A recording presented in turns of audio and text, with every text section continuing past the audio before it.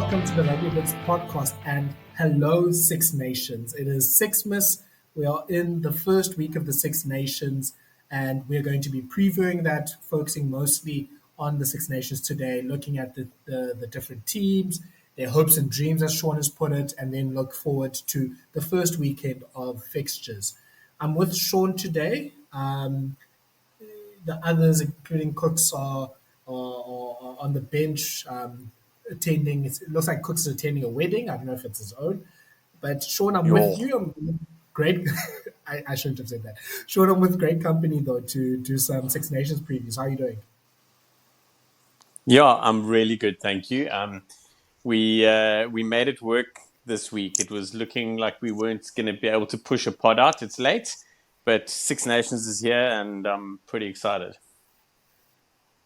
Yeah, it's definitely a must, something to touch on and discuss. So looking forward to it. And yeah, I mean, I think Shaun, just as a general thing, obviously, I mean, people that have been following this pod know we love the Six Nations. I mean, it probably is the greatest, like international competition. Unfortunately, I mean, the Rugby Championship just doesn't really have the same vibe.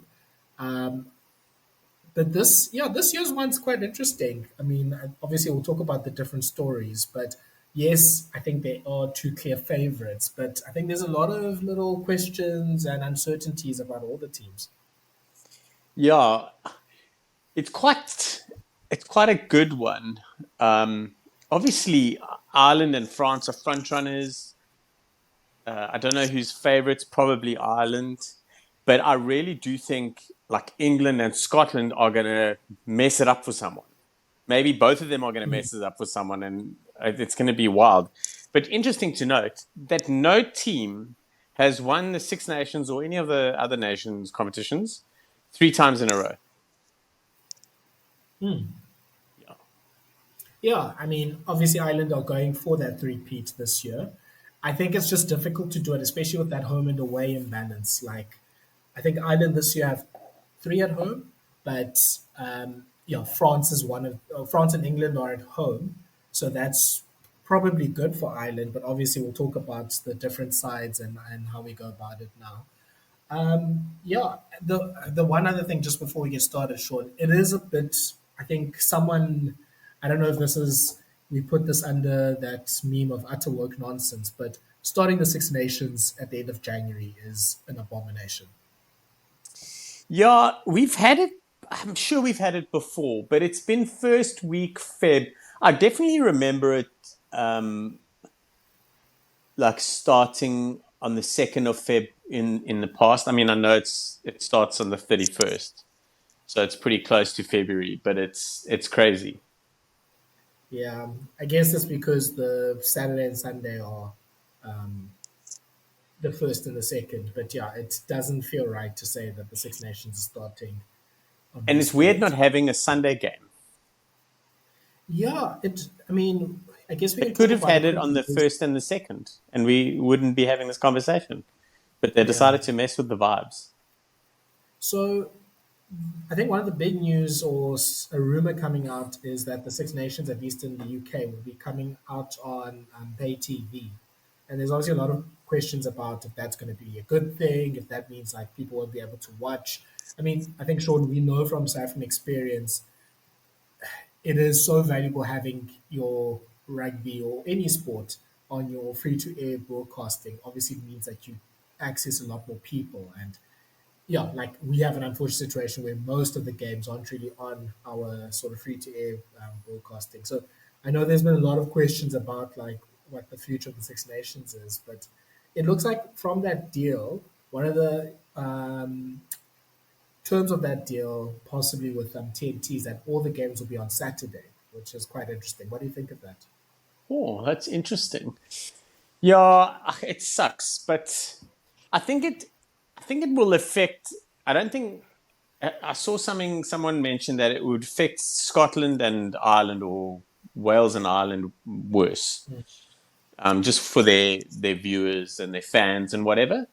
But yeah, it's listen. They have to recoup the money somehow after they lost their Six Nations Netflix docu.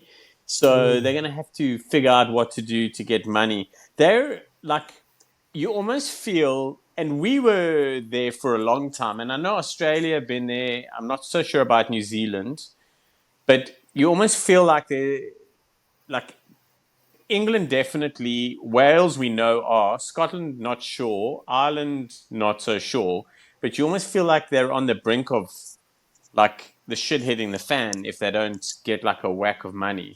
And there's a hell of a lot of prize money available for the winners and the runners up, I believe.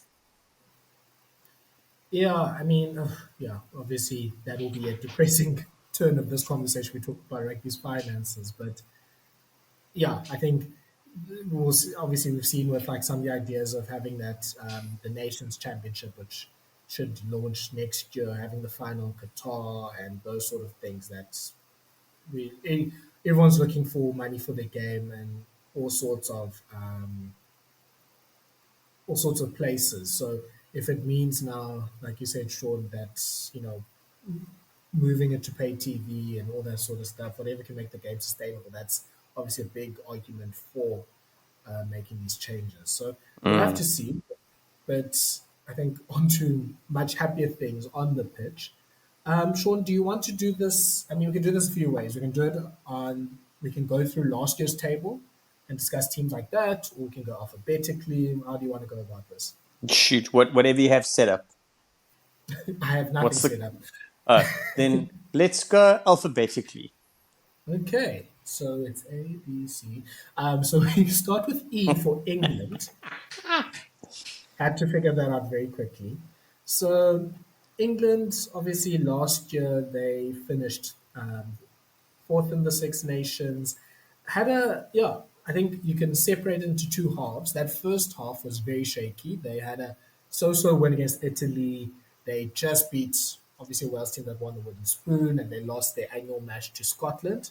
Fifth year in a row they didn't win the Calcutta Cup. And then they just came back for the last two games and just turned around completely. That massive win against Ireland with that Marcus Smith drop goal at Twickenham, and then pretty much doing everything that they could, but winning against France in I think they played in Marseille. So I think in general it was looking good for England. Obviously, we saw what happened during the year. They pretty much faced the other rugby championship, well, at least New Zealand, South Africa, and Australia for most of the rest of the year, and didn't really have a good time with results. But performances seem to be going the right way. So what we're going to do is we're going to ask one big question about each of the teams, and discuss that. Maybe look at some key players, and then look at the teams that they've selected for week one. So Sean, what's your big question for England? Is Steve Borthwick capable of pushing the boat out? So Mm, I'm definitely going to touch on it with the squad that he's announced, but England probably need to be a little bit more eccentric in some games, especially against Ireland. I feel probably not against France, but is Steve Borthwick capable of doing it? And I'm going to answer some of that question when we go through the squad later. mm. Yeah, I think England's obviously in an interesting place. Like we've been discussing this, I think, for the past year with their near losses to the All Blacks.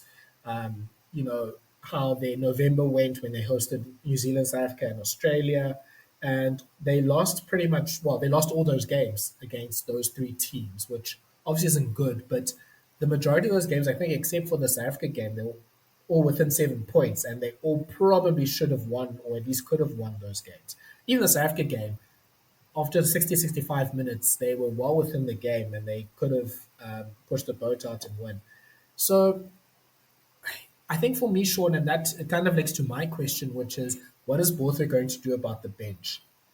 So Yeah. maybe that's a nice segue to discussing the England team for this week. So they're facing Ireland away in Dublin for their first game, and they've got a really tough start. They face Ireland first week. Next week, they're hosting France at Twickenham.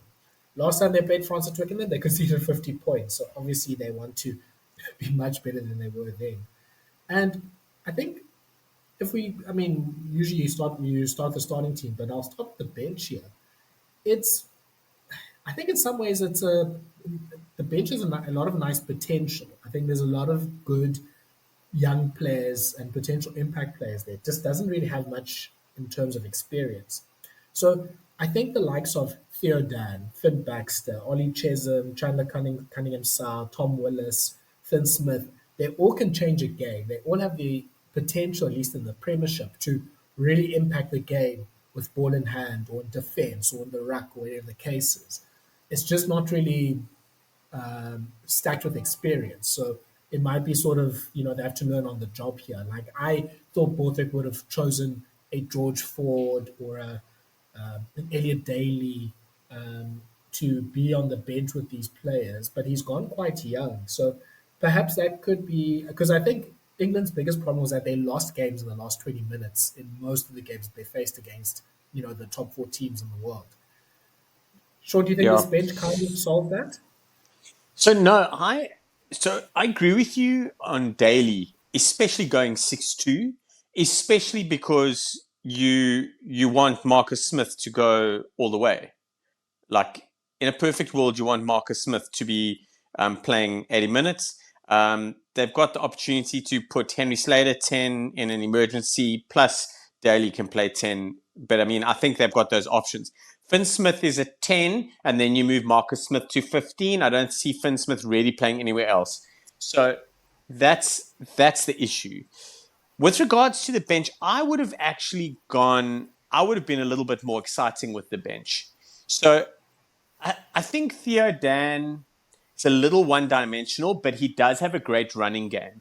I totally would have put Curtis Langdon in. I totally would have started Spencer and possibly had Mitchell on the bench, but I understand it could have been the other way around. But I would have had Spencer, and I really think maybe they probably would have gone, well, I suppose they've gone quite big with their replacement sort of locks and loosies, but I would have had Ted Hill in the mix. But I am biased, and you've definitely heard enough of me talk about Hill and Spencer and whatnot. But I just I don't. I think what they're doing with their starting loose trio, and then I think they just want to pile big bodies on later. I'm not sure the balance is there. Um, I'm super excited to see Willis. Willis is going to change things. I want to see Cunningham South really have a standout game. I think Ollie Chesham's been so domestically, like in the last few weeks, but he's always got it when he comes on for England. It's about like Theo Dan. Finn Baxter still learning the game at test level. Like he's a talented kid, but if he has a bad game, they're kind of in Dwang. I just the bench is what disappoints me.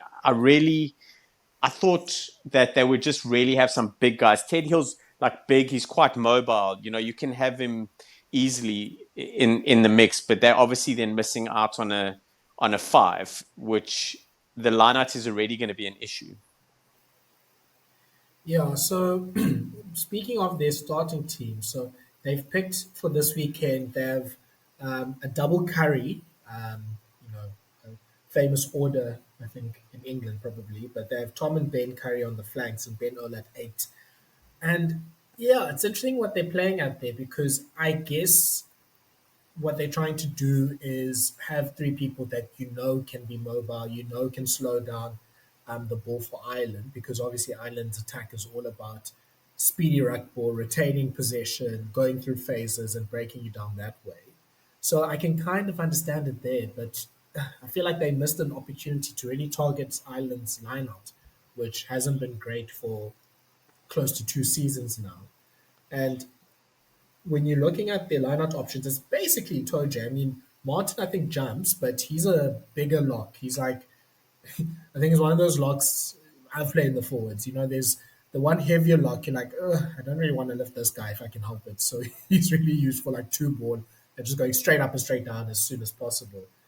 I mean, yeah, with the Currys and Earl, they can jump at the back, but I don't know if they can really do like, remember in the World Cup, the Springboks almost jumped at both pods when they were contesting Ireland, and it just messed Ireland's line out up.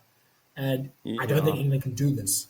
even though look, Itoje I think is a great lineout operator, and I'm sure he will almost single-handedly be the one that can sort of interrupt there. So, yeah, I probably would have started Chesum or even Kanye South and just give a bit more balance to that loose trio.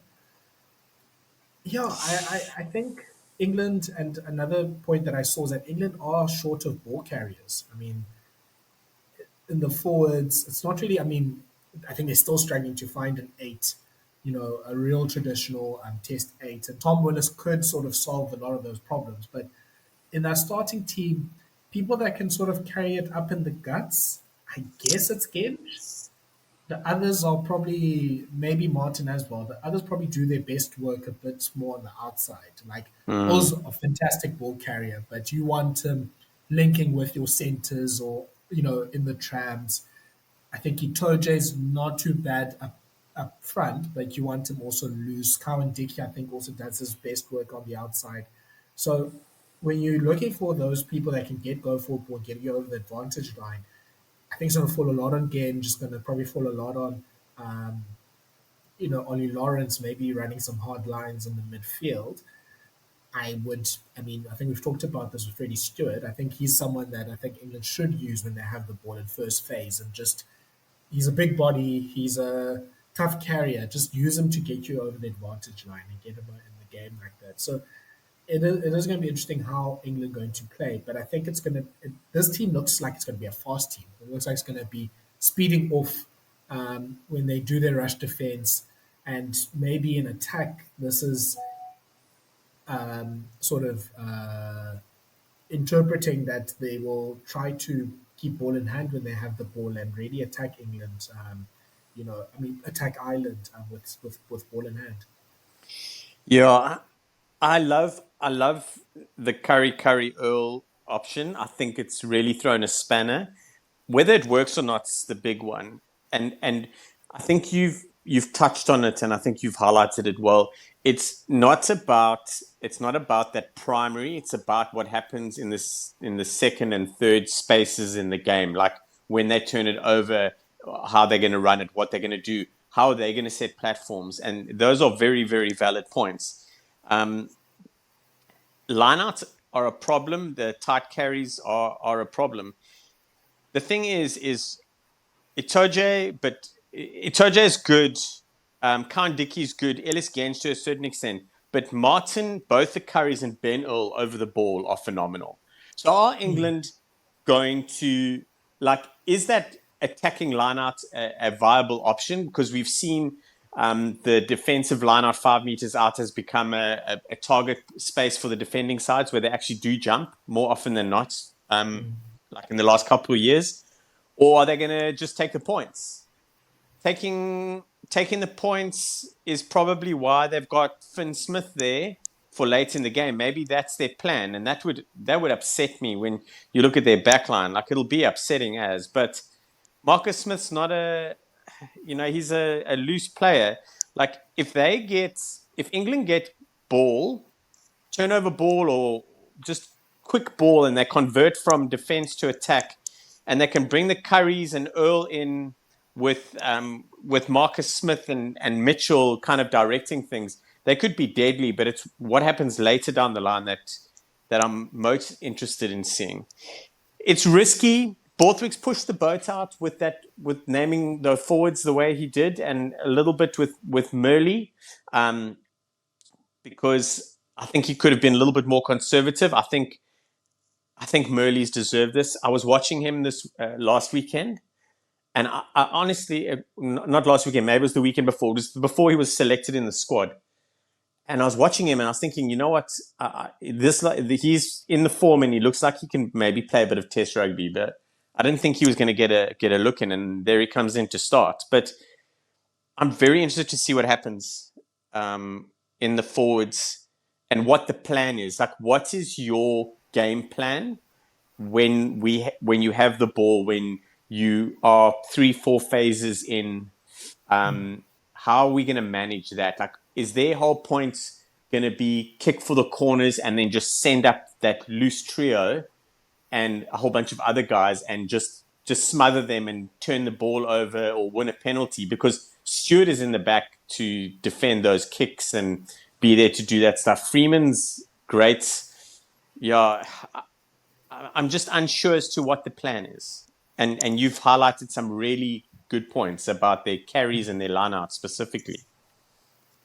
Yeah, I mean, look, I think there's a lot of interesting questions about, okay, and defense, obviously England are going to be continuing, I guess, with the rush defense, as we've seen. We saw in November in key times, like, players rushing up when they're not supposed to rush up, or, two players going for the same player, and then, that causing a line break, that was a big issue for England. And that pretty much lost them the games against Australia, New Zealand, especially. So, I mean, I don't think they'll change the defensive system. I think Joel Abdu's replaced Felix Jones. He will continue with that rush defense. So I think that's something to just see if they continue to grow in it, because, yeah, obviously the interruption with changing coaches hasn't helped. Attack will be interesting because I think England's best attacking game was still the Ireland game from almost a year ago now. So, and probably the second best game was against France. So what did they do there that they can try to repeat? I mean, George Furbank not being in the squad, and I think he's out for the whole Six Nations, if I'm not mistaken. That's a Big big loss loss. because he's that secondary playmaker. He really helps them in those, like, when the phases go a bit later to, you know, make a 3-on-3, excuse me, make a 3-on-3 an opportunity, or expose a 4-on-3, whatever the case is. So it seemed like in November their attacking plan was throw the ball to Marcus Smith and let him do something. And it wasn't a bad plan. I mean, I think Smith is probably playing his best rugby at the moment. I would not say no if you say he's the best flyer in the world right now. Like, he's playing well. He has a lot of confidence. He's attacking well. He's got a handle on the tactical kicking game as well. Like, he's doing all you want from a 10. But he needs support around him. And that's going to have to come from the midfield. I mean, I know you're a big Henry Slade fan. I mean, we're going to ask about sort of a few things about players now, but it has to be a big Six Nations for him. I think he's almost fighting for his place in the team. I think the likes of Fraser Dingwall and Elliot Daly could come into the team if he's not performing with Ollie Lawrence, and he needs to help, the attack to get going, to give Smith options, to put, the likes of Lawrence and Murley and Freeman in opportunities to go one on one. Obviously, look, another thing, I mean, Freddie Stewart, he's been improving in the attacking sense for Leicester Tigers. Like, the passing is coming along, he seems a bit light on his feet. So maybe this will be the Six Nations we start to see, okay, like, there isn't too much of a difference between Stewart and Furbank, but it really reminds me of the Kirshner versus Villiers debates from 10 or so years ago. Like, the very solid, dependable fullback versus the one that can help get your attack going. And yeah, I think for England, if they do pick this someone like Stewart, then it falls on, a center or someone else to really help with the playmaking. But maybe also with Alex Mitchell coming back into the team, he wasn't there in November. That will help with that as well. So yeah, a lot of I think it's going to be so interesting to watch England. England is in that category of I mean, obviously we saw what happened last year. I think the both things are coming together, but yeah, I think there's things happening there. Sean, This let's go this on. Sorry. side this side is not a Steve Borthwick side though. That's like, you spoke about like what happened against France and Ireland last year, and then how close they pushed the All Blacks, and then kind of really slipped up in November. Like, this isn't continuity on that. So I'm very interested to see what happens. Yeah, let's go through a few quick questions just to preview, and it's also get some hot takes out. Sean, who's going to be the star player for England this Six Nations? Oh, the Six Nations. I'm gonna say Ollie Lawrence. Yo, I'm literally. You can actually, through this podcast, you can see me wearing my Bath jersey. I think I'm only mentioned Bath players. You got Ollie Rollins. I will go. I mean, yeah, obviously, I've just said probably Marcus Smith and Mari Toje are probably, they're two like world class players at the moment. Do you know? But go Yeah, on. sorry. I thought you named no name because I have a backup player. Okay, but I think it's going to be sort of a Ellis Genge resurgence this year. I can Or see him. It's a Lions year.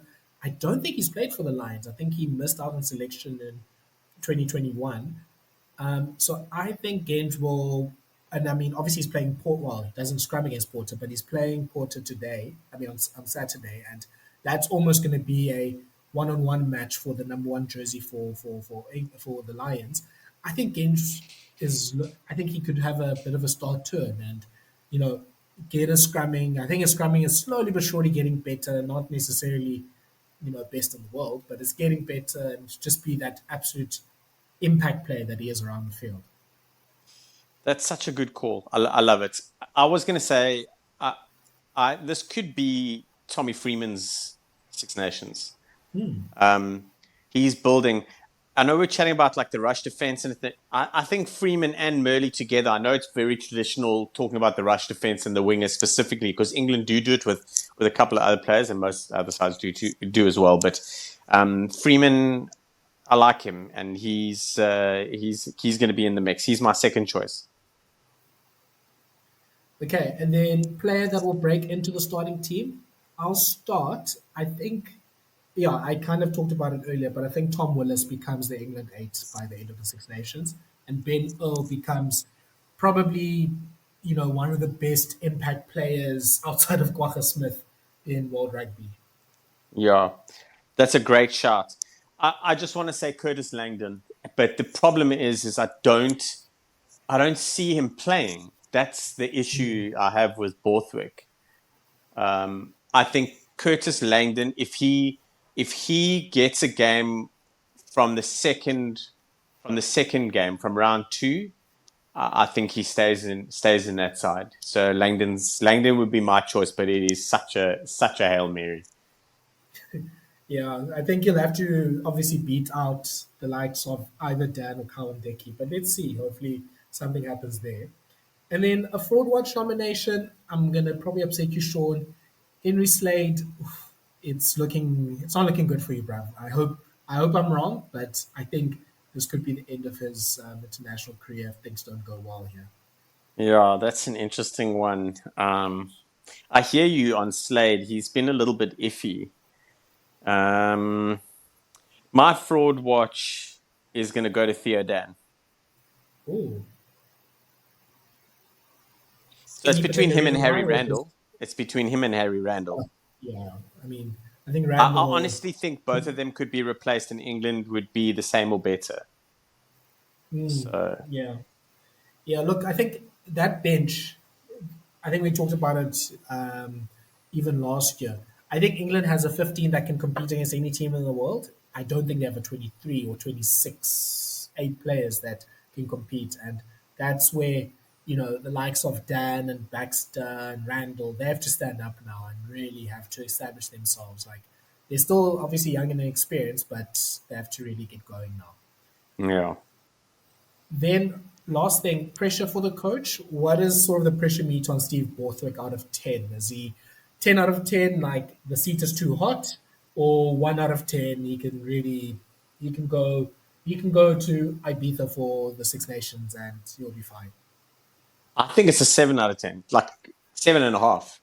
I would go as far as saying I think he's under pressure.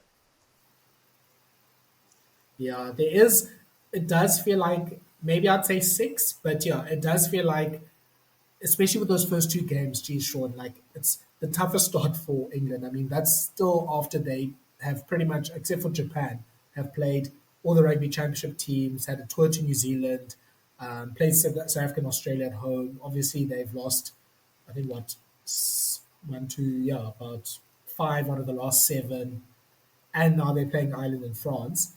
If they lose both, which I think is possible, it's not really, there's not much shame in that, then I think the pressure really turns up. And I mean, it's not, their first three games is Ireland, then France, then Scotland. I mean, they can be That's the 0 out of 3. worst. It's almost like you can almost just write it in pen, 0 from 3. I don't think they will be. I mean, I think they win at least one, and I'm hoping at least it's the Scotland one, for goodness sakes, and really go close in the others. But if they go no out of three, I think that six becomes a 9.99 very quickly. Yeah, So yeah, it's this week. It's this week's the one for me. If they're gonna upset any of Ireland or France, it's Ireland. you're right. It it's not going to be Okay, next week, but I mean, it is France. okay. Let's do sort of our predicted table at the end. We can move on to the next team in the alphabet. F comes after E, I've been told. So we'll talk about France. So Les Bleus had a weird Six Nations last year. They had, I think, a hangover from the World Cup. I think a lot of their players have talked about like they almost got into like a depressive funk after the quarterfinal loss. And I think that kind of explains their year. Obviously, no Antoine Dupont because he was doing his sevens thing. Roman Tamak was injured. But now it feels like the boys are back in town. The two are back. You know, they've got most of their key players back. The only probably big miss is Cyril. I mean, Cyril, right? It's Galfiku. He's not going to be playing the Six Nations. But I mean, all in all, this, I mean, there's a reason why people think this is, you know, one of the favorites for the Six Nations. I think for the my big question for France is I don't know if it's a question more than a statement, but they need to commit to how they played in the second half against New Zealand. And I think that France does their best work, not when they're trying to play, you know, touchline to touchline and go sort of all expansive, and not when they are almost too conservative, but obviously they go with a strong kicking game, and Ntamak will help a lot with that. I think he's a much better kicking fly half than um, Jalibert is, and obviously he supplements the likes of Dupont and Ramos. So getting those 50-22s and kicking long, and then when they do have the ball, it's doing that France thing of Dupont goes for a bit of a dot. He pops it to a big forward. He goes over the advantage line. He pops it to another forward. He goes and commits another two plays. And it just goes sort of on offload, on offload, on offload. And all of a sudden they've made 30, 40 meters. And then sucks everyone in. Dupont onto Mike does a cross kick. Easy try for Pinot. Like they need to stick to that sort of game plan because that's pretty much, I mean, even in that quarterfinal in the World Cup 2 years ago, that's how they put South Africa under a lot of pressure. It was just Mm. they made a lot of obviously fundamental, but a lot of errors that they can be coached out of. But I think France just needs to because it felt like Gaultier was kind of trying to go a bit expansive last year. I think France just needs to go back to, you know, keeping it tight, playing it narrow, kicking long, and then the opportunities will come for LBB or Pinot or whoever's on the wings to score from there. Yeah, it's I like that. I think France and the French public expect a grand slam. France have got the players. Like they had their speed bump last year. It's about performing now. It's about dominating. It's not about scraping a 9-6 win. It's about dominating teams. And I'm very interested to see how that pressure affects them. Um, but my word, they've got players, eh? Woof, they've got a squad. Sure. Yeah. The bad news for France is this is Six Nations. They have only two home games. They're hosting Wales and Scotland. I mean, Scotland has been a bit of a bogey team for them, but you know they I don't think they should have too many issues with that if they're playing a top four. But England and Ireland, obviously away, that's going to be tough. Italy, even yeah, it's been a bit of a bogey or another sort of bogey team for them. You know, if they do win a Grand Slam, they have to be the first team to beat Ireland in Dublin in the Six Nations since they beat Ireland, I think, in 2021. They obviously have to beat England and Twickenham, which will be tough. Yeah, it's the matches are almost against them, which is probably why, and we'll talk about the predictions later. Where I'm just like, ugh, I'm not sure if there's going to be a Grand Slam, but like you said, Sean, this is a team that is in their prime. A lot of their players are in that mid 20s, close to 50 caps. Like, this is their time for them to really, assert themselves in world rugby. And yeah, you almost are expecting now that France can sort of go on a run where they win. I mean, I think Cooks had that prediction last year that he thinks France will win three out of the four Six Nations or two out of the four. So, they're due one, and they're a team that's good enough to get this one. And yeah, I mean, we've seen how great, and obviously Dupont probably answers the star player thing, and we probably shouldn't be allowed to say him because that's an obvious answer. But we've seen how good that team is for Toulouse, and we've seen how great both Toulouse and Bordeaux have been in the Champions Cup. Now they have to, like you said, deliver. I think in the Six Nations as well. Mm. Yeah, they've got such a tough run. It's the thing is, it's the kind of thing that they need to overcome, and then the whole world will again start taking notice. Because that whole fear of travel may not, maybe slipping away, but they've got the personnel. There's no doubt about it in my mind. Like they've just got game breakers and team destroyers everywhere. So it's an exciting one. And Dublin and Twickenham are going to be epic, epic clashes. Yeah, let me set you up. I know this is a player that's close to your heart. So as we said, no Gael Fiku for the Six Nations. Um, Galtier's picked Pierre-Louis Barassi to play at 13 um, for the game against Wales on Friday. And Spurs Rugby, I was listening to Robbie and Will Owen. They were talking about just previewing the Six Nations, and he said that Barassi probably is the most like for like replacement for Fiku in terms of organizing both attack and defense, and that's what he does for Toulouse. And obviously, him getting matches above the likes of Choco Barres and Peter Aki, and Paul Cost shows how great he's been this season. So yeah, I know he's a big favorite of yours, sure. Yeah, and Paul Cost is the anti-favorite of me. It's not hard to get minutes in front of him, but yeah, Barassi, I'm very excited to watch. I I think I think if push comes to shove, when everyone's fit, we could really see Fiku at 12 and Barassi at 13 still.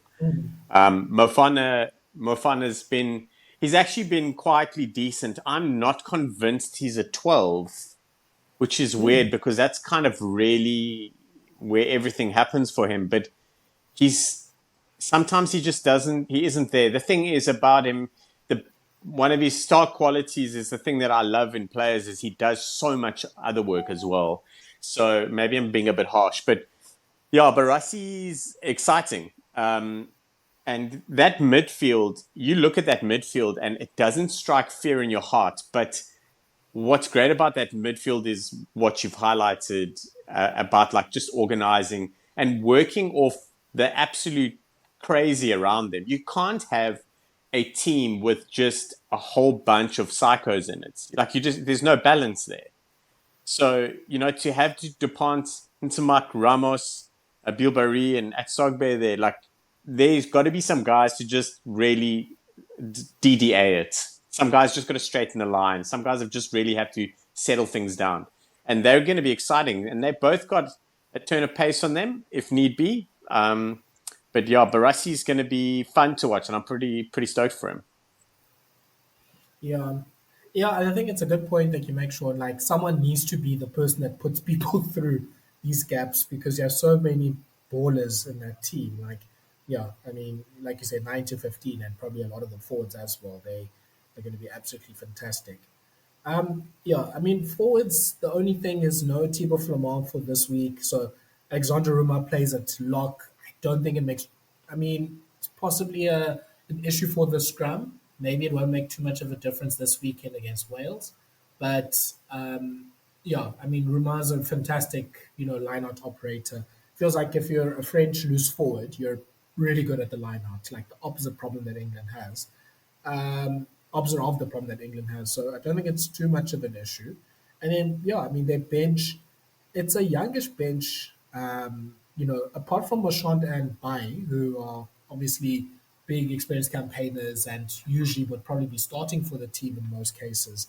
Everyone else is, I think they either really young or don't have more than like 10 test caps. So it's going to be interesting. I mean, it's really good or players with a lot of potential. Kolo, Maradu, Gilead, Jegu, Mekareku's obviously, became the starter when DuPont wasn't there. Gaeton, who was really good at 13 at times in November. So, yeah, a lot of players to look out for, I think, in this French team for Friday. Um, Yeah. Sean, in terms of, I mean, let's rule out Dupont. Like that's going to be an easy answer. Who do you think is going to be the star player for France in the Six Nations? Star player. I'm going to go Paul Bodehent. Hmm, I like I that. love him. I love him. He I gets think through a he's a freaking short mountain type of work. player. Yes, exactly. He gets through a mountain of work. He's a massive human. He loves to get stuck into some little nasties, and I think, yeah, he's going to be my guy to watch. Yeah. Look, I mean, I think my only problem with him is that he's kind of similar to Francois Kroos. Like they Yes, kind of do the same thing, but that's the weird thing. I mean, France doesn't really do the whole open side, blind side thing. So the flanks are usually sort of doing all the same thing, but they seem to work it out themselves where it doesn't feel like, oh, okay, we have too much of the same thing. They are sort of covering for each other. But yeah, he was great in November. And there's going to be no Charles Olivon for this Six Nations. And I think this is a very good opportunity for him to really secure that number seven shirt long term and maybe make Olivon a bit more of a like experienced squad player, that that Schalk Brits Dion Ferry role that, the Springboks have. Um, I'll stick at the loose forwards. I think it's a big Six Nations, and I think it'll be a. I think Greg Aldred will have a big Six Nations. I mean, yo, it looked like he was kind of, yeah. Like I think the last 2 years have been weird for him. Like he's had a few moments where it's just looked like, geez, it feels like he's almost breaking down. Like he's played too much rugby. He's tired. His face looks constantly red. Like maybe like he's not that top. I think at his best, he's like one of the top five players in the world. But yeah, I think he's gonna now be the senior player in that loose trio. Dupont and Tomac got back, so that's less pressure on him maybe as the link player. I think we're going to start seeing some, classic Greg Aldrich type performances. Like I think him and Doris are obviously similar-ish age, and obviously are really great eights. I think Aldrich goes ahead of Doris now and be like, okay, I'm actually the yo. best eight in the Northern Hemisphere. If Aldred has a tournament like you're saying he's going to have, it's going to be wild because he's such a good player, and that oh, I'm excited. I'm excited at the anticipation of this happening. Yeah, let's hope so. And then with regards to player that will break into the starting team, I mean, yeah, Buron is actually not a bad pick because I mean, Olivon isn't there, but he's kind of doing it already. We've obviously talked about Barassi. Yeah, I don't know if it's going to happen because I don't know how much this team will change for the next few weeks. But I would like to see Joshua Brennan come into the 23 somehow. So Mm, he's the his dad was an Irish international, Trevor Brennan, and then I think he yeah, played in Toulouse, and obviously both his sons are playing in France at the moment. So Josh is in the squad. I think he hasn't debuted yet. I think he's just been in the squad for the last few international windows. I think he'll be a really. I think it can be almost like a Thibaut Flamand. Like he's a little bit lighter than him, but he's in that like lock flank hybrid, fantastic in the line out, does a lot of work. You know, he will sort of add into that sort of roster of depth that France has, like kind of like Roman's doing right now. And I think he'd be a really good replacement because look, France also loves a 6-2 split, and like with the Springboks, I think they are at their best when they can replace their old tight five. So you need someone to replace Flamand at some stage during the game and then to come on. So I wouldn't mind if he can come into the team and he can show himself. At the moment, Hugo Araujo is the like lighter lock replacement. He's 21. I haven't seen too much of him. I don't really watch Power that much. Um, but yeah, he's obviously been a bit of controversy, like with what happened in Argentina in July. You can Google about that. But now he's back in the team. It'll be interesting to see if maybe there's a little bit of a battle and then maybe some rotation between him and Brennan. But yeah, I wouldn't mind Brennan being back into the team at some stage.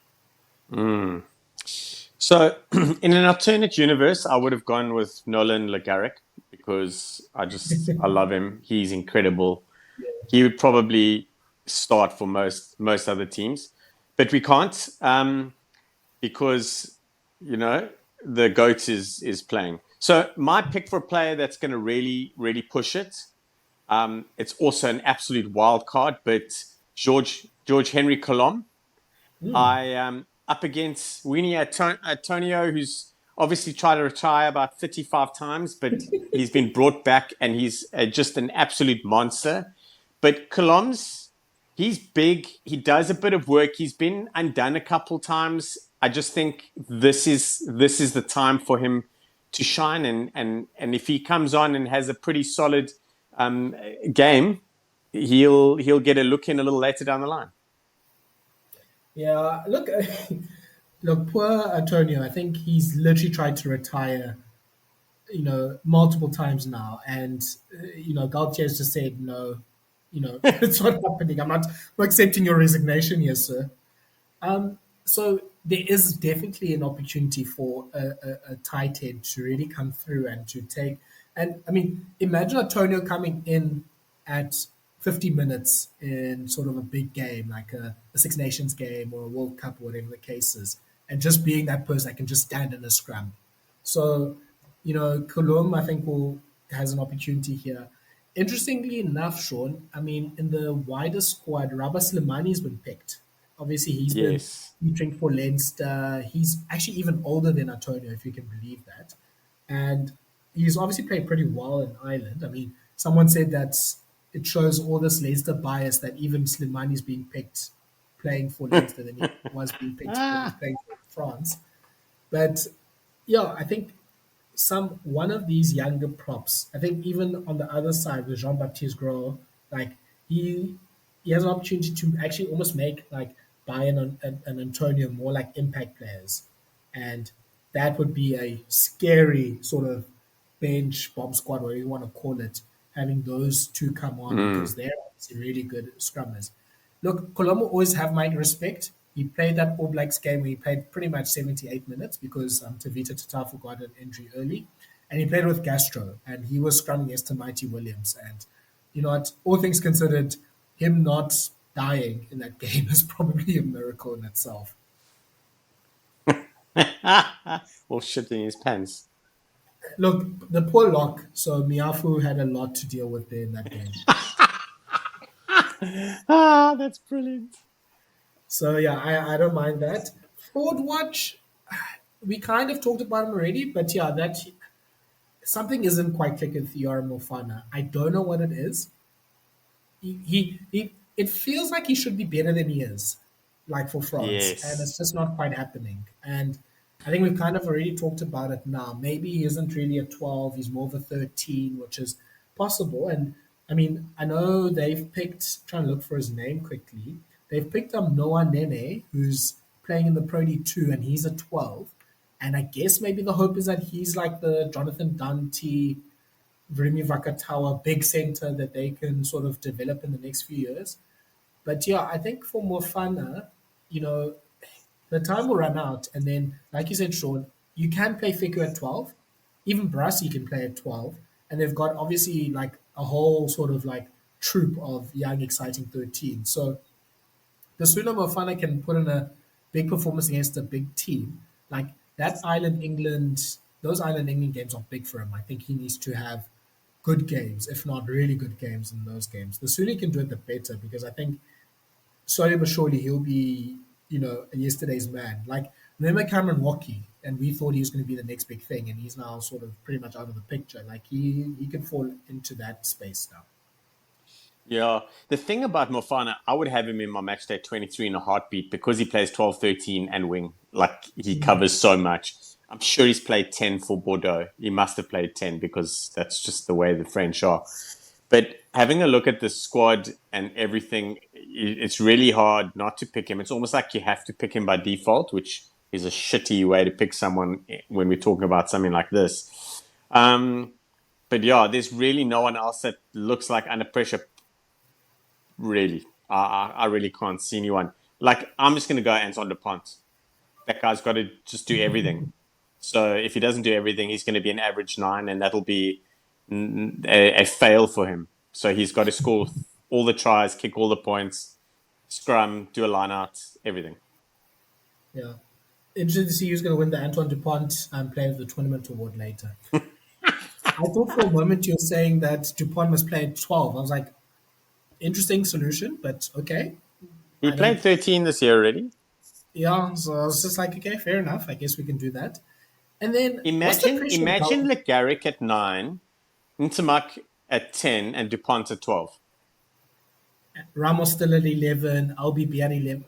I mean, Ramos at 15, LBB at 11. Like, yeah, I think it seems like DuPont and Mavaka now going to be staying on the field for 80 minutes. So Mavaka is going to be at flank. You've got DuPont playing, all around the back line. So that's going to be quite scary, I think, at some stage.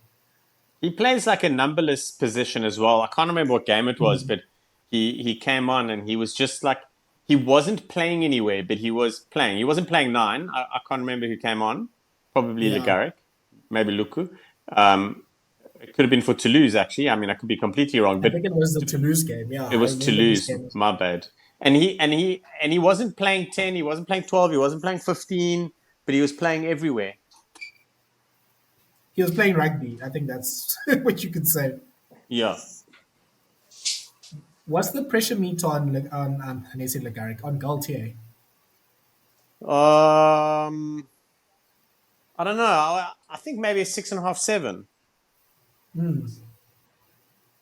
Yeah, just there, not too hot, but just there to um, keep him honest. Like I do think he can't lose two games. If he loses one game to Ireland or one game to maybe England or a surprise loss to maybe even Scotland, like I think that's fine. But he can't have the Six Nations that or France can't have the Six Nations that they had last year. Last year, everyone was like, "Cool, we'll charge it to a sort of a year where you're licking your wounds after the World Cup." But yeah, now you have to produce. It has to be, either I think it has to be a Grand Slam or Ireland like beat you with a drop goal in the last minute of the game in Dublin. Like, yeah, I don't think France can get away with less than four wins. They have to beat Ireland. They have to beat England.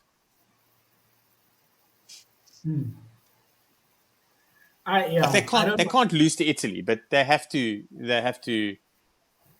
like I think then if they beat Ireland, then his campaign is safe. Okay, fair enough. Yeah, it'll be interesting to see because I think last year there was some rumblings and there was some noise, and it did seem like their new assistant coaches. It felt like Sean Edwards was losing the dressing room as well. But that win against New Zealand, I think, was massive. I think it just calmed things down um, because obviously there was also that like what do you call it, like beef between Gaultier and Jalibert. And Jalibert obviously went out of the team, but he's back in the squad. I don't know if he'll ever play 10 for them, but he is at least in the squad. So you could see things sort of tipping over if they lost to New Zealand, but obviously they got the win. So yeah, I mean, yeah, some key losses again. It could sort of go back to that, but yeah, I think that New Zealand win has bought him at least some breathing room. So yeah, looking forward to it. I think yeah, like we said, I think France is definitely one of the favorites. We can move on to Italy. Yeah, obviously probably their best Six Nations in almost 2 decades. They won one. They They actually no, they won two. They and drew one against France. They beat both Scotland and Wales, and they just became a bit more of a serious team. And they finished the year relatively well, all things considered. Um, they probably would have wanted to win at least against Argentina, but they did pretty well. And it seemed like they stopped being too naive and trying to run out from everywhere with which they were doing with Kieran Crowley, and started playing a bit more mature rugby now with Gonzalo Quesada. I guess my question is for Italy, Sean, is can they back it up? I think November was kind of about that, and they didn't really back it up. But yeah, the Six Nations, they need to, yeah, or maybe let me ask you, Sean, would it be a disappointment for Italy if they win just one game this year? Um, I, I don't know. I want to say it will be a disappointment because they probably want to win two, but you can't really you can't really fault them if they win one. I think it's more a case of don't finish bottom. I think they think they're Yeah. better than the wooden spoon, and they can't be the wooden spoon. So yeah, they kind of need to win more than one. But Wales could be that bad. I do think that Italy will get more bonus points though. Yeah, they should. I mean, I don't like this is not the Italy of old. I can't they shouldn't be losing by like 30, 40 points to France or Ireland. They shouldn't be, they should get themselves at least getting like a losing bonus point if England or Scotland turns them over. And yeah, definitely at the very least they need to beat Wales. But So they are gonna catch 60 from someone though. That's also an issue. they're such a weird team. Like, yeah, I mean, I mentioned that that Argentina game. It felt like they were attacking, but then Argentina would just counter and score. And I think Argentina finished with like 40 odd points in that game. Like when they have like their like quiet bit of a game, they concede points very quickly. Yes, yes, they are vulnerable. They're soft in that way, and I think that's what we so used to seeing. Like when sides are not playing well, they can still kind of hang in. But Italy, when they don't play well, they just roll over, man. Yeah. Do you have a sort of a big question for Italy? My big question is: can we legitimately say that they have grown since last year when they had their best tournament? I think that's a big thing. They have to grow. Their ceilings, obviously, maybe it's a bit disrespectful, but their ceiling is going to be a bit lower than most other sides. Um, but if they are playing better, even if they lose, if they play better, and you kind of look at that and go, "Yo, that unlucky," then I think that would be huge for them. Yeah. I mean, look, even just looking at the team for Saturday, they're playing in Scotland and Murrayfield. Obviously, Scotland looking for revenge from last year. Like, I'm going through the 15. I don't think there's much in it. Like, it doesn't seem like Scotland has like that much of a better player in each position than what Italy has. Like, I think maybe Scotland should have the better tight five. They should maybe have the better scrum. I do think Italy should back themselves with their backline, especially with no two below two for Scotland. Italy's loose forwards are always really busy. Negri and Lamaro get through a lot of work. And even on the bench, I mean, there is a bit of a question with their reserve loose head, Luca Rizzoli. Like he's, I think, 22.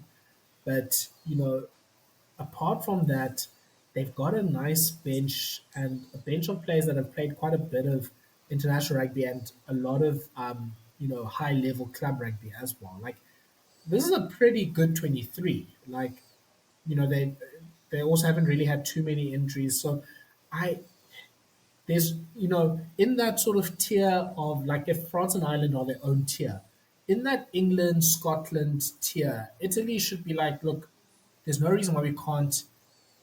I mean, we like I said, we have to beat Wales, but there's no reason why we can't get at least one win between England and Scotland. Obviously, they seem to have a big mental block against England because they can't really even get 20 points close to them. But the Scotland game, they should be like, why not? Why can't we beat them in Murrayfield? Yeah. The this match day 23 just screams continuity. It also looks like the best possible side they could put out. Mm, There's no glaring omissions there, really. It looks like everyone's fit. Um, I think like Garbisi at 10, Allen at 15 is great. Gessie at 23, he's not a 10, eh? He's a outside back, he's a hey? wing. Yeah. Yes. Yeah, yeah. So that their 10s, both their 10s are playing. Um, it looks great. The fact that they can bench Ross Vincent is Mm, quite something. He's yeah. like for Italy, but also for Exeter, he's just been dominating. And the thing is Lorenzo Canoni's starting at 8, and that's okay. Like we're all cool with that. So that's the thing. They really are looking good. Scrums are probably the only question. I think they can handle lineouts both on attack and defense. I think scrums are the only problem because you want to see them really like get things going early and really just build a bit of ascendancy and hopefully as the terminology like current terminology paint a good picture and hopefully that'll carry through for the guy for Rizzoli a little later. Mm. Yeah, look, I don't think Simone Ferrari, their tight head, is the best tight head in the world. I think they don't really have like a lot of depth there. And Riccioni, he plays for Saracens. Like he's okay. I think he's yeah. Like if they could have, I mean, even like not that Scotland are like Scrum masters, but I think it makes a big difference that there is Zonda Ferguson, for example. Like he's a more than solid, like a good, if not very good, tight head. So it's those things that I think will be a bit of a difference for them. But I think for Italy, just you know, take a few seconds every time you're playing. You don't have to do the whole like you don't have to score all like 10 points or 20 points in one phase. Like I think that's something that they have to just work on just going through the phases, going through the motions, and waiting for their opportunity. And when the opportunity comes, taking it. Like obviously international rugby, you don't get too many opportunities, but you must take them when they're available to you. Mm. Who's your star player? Who will be the star player for Italy? Mm. It's kind of a star player. Okay, I'll mix up between him and the next one. I am going to say that Michele Lamaro is Mm. going to cook on and off the field. He's going to give great post-match interviews. He's going to be passionate in the anthems, but he's going to have one of those tournaments where you're like, he could be in the team of the week, 2 or 3 times. Mm. Yeah. I think, yeah, I mean, obviously he's the reigning Six Nations player of the tournament, but it's Really? no, I'm saying the person I'm going to mention now. Sorry. Oh, I That was was like, shit, I missed confusing. something. My bad. But Tommaso Menoncello, I can't really look past him, eh? Like, Oh, he's been in insane form. And look, I think his form's been so good that I don't think we're giving enough credit to Brix and how good he's been. Like they've been as a combination just absolutely fantastic. Like they're almost a really good answer for that Hugh Pelotu combination. They just don't have a nice name. Brixton Cello doesn't really roll off the tongue as Hugh Pelotu does, but like Tommaso Melancello has been absolutely fantastic for Benetton. He's been great for Italy throughout the whole year. I think he had a good shot of making like a World 15 at the end of last year. And wherever he plays, even if you put him on the wing, if you want, to put some size there, like he gets himself to the game, he's going to make meters in attack. He's a really tough defender as well. He will always cause at least one sort of like line break or clean break and create opportunity from there. Like he's like I know, and I'm not. Let me say this in a nice way.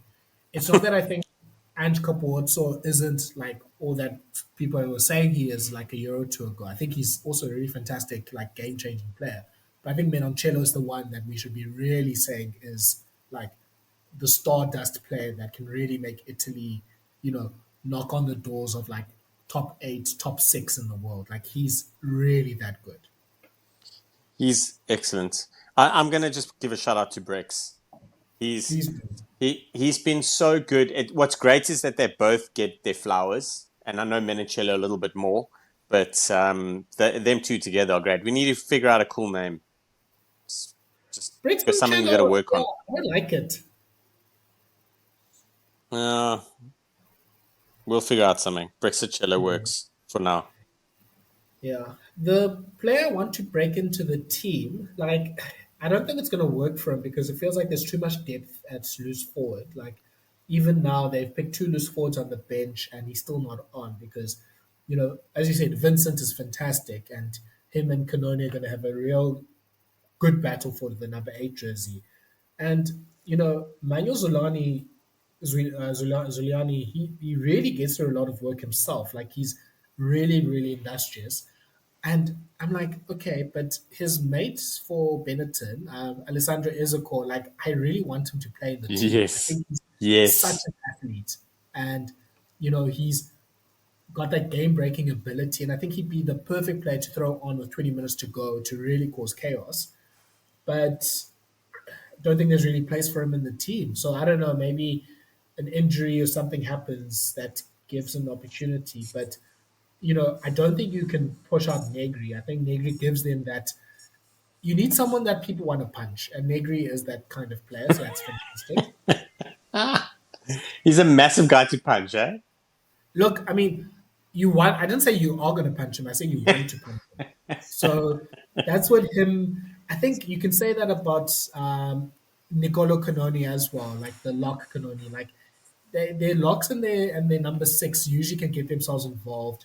Dino Lamb has obviously been really good for Harlequins as well, but yeah, I I don't really see too many open opportunities in the loose forwards because Lamara obviously is the captain. He's going to be at seven. I mean, last year, if people remember, I said he might be the forward watch candidate, and he had, I think, the most tackles in the Six Nations. So fair enough. But yeah, like it's going to be tough for him to break in. Is for my guy Izakor to break into the team, unfortunately. Yeah, he's a great shot though. So mine is Alessandro Garbisi. I think by the end of the Mm. tournament we'll have Garbisi 9 and 10. Um, I like him and I like that. Like it's really hard to add brothers in the mix, especially these two, because like the emotions and the passion and the crazy it happens normally for Italy. Then you got to add more brothers in the mix, and that just really messes things up. So, but I think Garbisi Junior is gonna Yes. crack it through big time. Yeah. Their nines are weird, man, Sean, because none of them are like really convincing to me. Like Yes. there's moments with Gobis where I'm like, okay, cool, I see it, and then it's like, oh, okay, he's sort of falling off. They're starting Martin Padrello, who plays for Leon. Like he's good most times, but also not.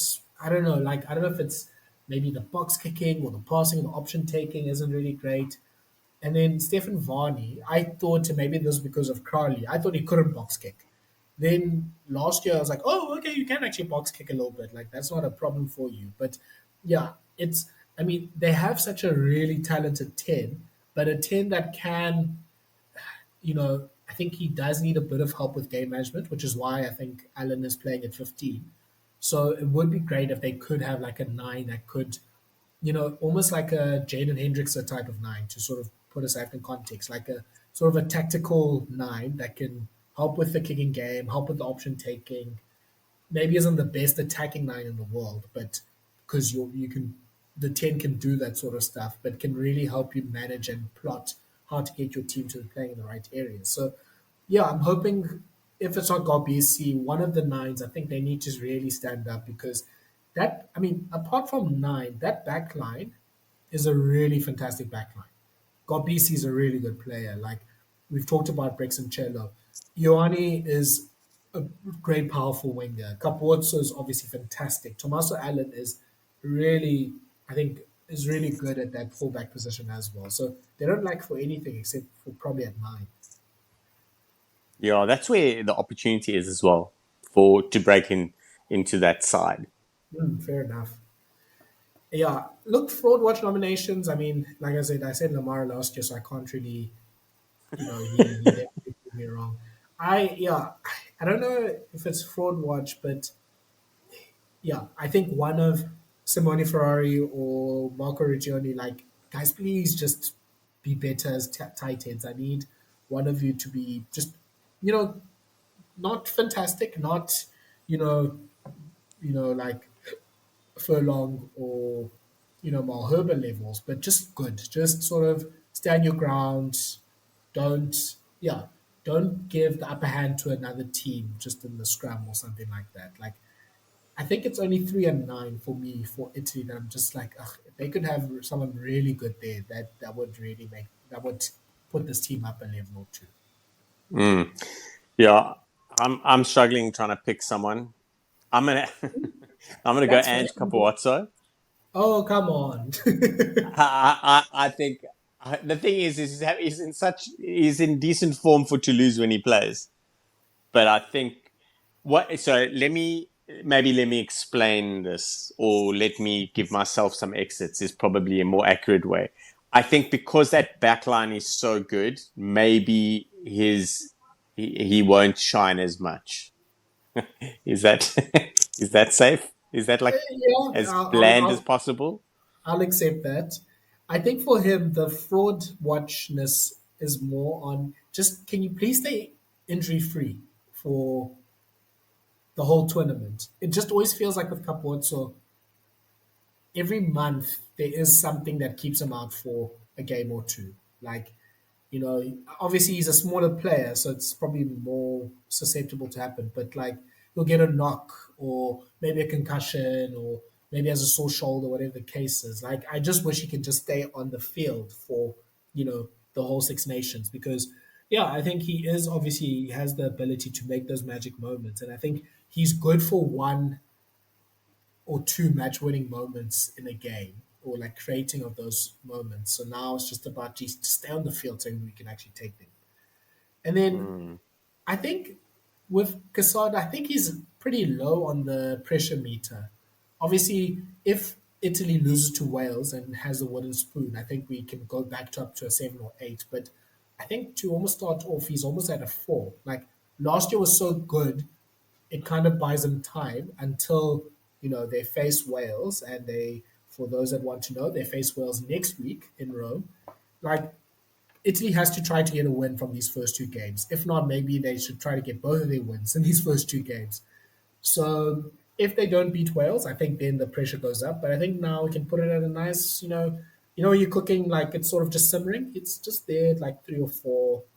It's just doing its job for now. mm. That's a good one. Because of what you said, I'm going to make it a 5 because I agree with you. I think he's safe, but I think there's opportunity in the first 2 weeks for it to move up higher, and that makes it a 5 for me. Okay. Let's move on to Ireland. Now, yeah, the current Six Nations champions only lost one against England. Had a pretty good year, I think, all things considered. Drew the series against South Africa last year in South Africa. Had their first loss in Dublin in years, where they lost to New Zealand, and probably should have lost one of the Argentina Australia games.